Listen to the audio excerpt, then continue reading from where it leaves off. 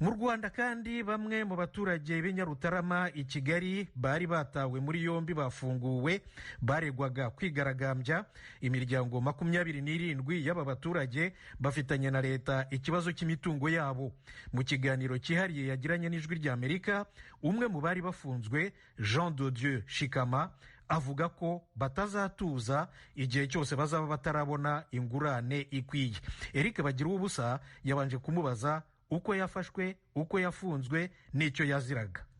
Banjyanye muri burigade, nahiriwe muvuye saa 12 za nimugoroba, banshinja icyaha cyo gutegura imyigaragambyo. Abaturage bakambara imipira yanditseho ngo Kangondo Kibiraro n'ijya Kangondo na Kibiraro bakeneye ubutabera kubera iki mwabiteguye?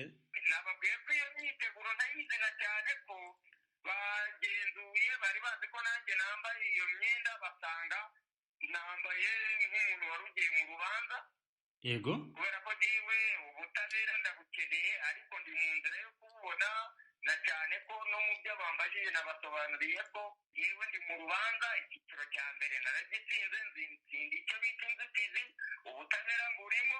Ntabwo jewe ndi mu bantu bari bafite ikibazo cyo kuvuga ngo nkeneye ubutabera, narindi mu nzira yo kubuhabwa cyangwa nkareba niba ntazabona. N'icyo wabonye kidasanzwe muri kasho wagezemo? Urebye ntabwo muri kasho nagezemo, banshyize muri resebusiyo, banjyana abarizwa ndabazwa, nambaye amapingu, banyereka ko ndi umuntu w'ikigomeke, kubera iki ntajya mu mazu, kubera iki ndwanya gahunda za leta, ibintu byinshi bitandukanye. Mbasobanurira ko ari umutungo wanjye mparanira, kandi ko niteguye gutanga n'amaraso yanjye. Igishoboka bashobora gukora uretse kundasa ngapfa, ariko nkiri muzima nafungwa, naba ndi muzima, ko ntazigera ntuza ntaharaniye uburenganzira bw'umutungo wanjye. Ubwo butumwa nabubahaga, urwego rwose ruje tuba n'inzego zitandukanye, nambana n'ijye nyine nagiye kubona mbona bakazana abantu benshi, bamwe bakabarekura, abandi turagumana, byarangiye tugaranye n'abantu 4 nanjye wa 5. None icyabayeho imiryango 27, wenda wowe utarimo turayita 26, bemeye ubuhuza. Wowe nubwo utari uhari, ubwo buhuza urabwemera? Ntabwo abaturage nanjye ubwanjye ku giti cyanjye twigeze twanga kuganira, ariko tujyanisha icyifuzo cya buri wese ntitwigeze tujya.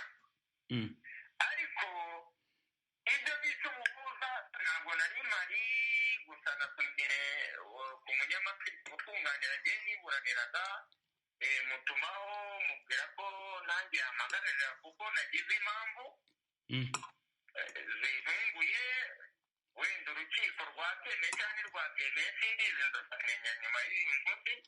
Ariko cyitwa ubuhuza cyangwa ibiganiro, ntabwo abaturage b'Inyarutarama twigeze tubyanga, ahubwo ikibazo dufite ni uguhora tubwirwa ibiganiro twabijyamo ngo amazu, kandi mu by'ukuri ari abayanga. Abaturage 27 nta nubwo ari bo gusa, hari n'abandi batagomba kubura uyu munsi bafite andi makaye.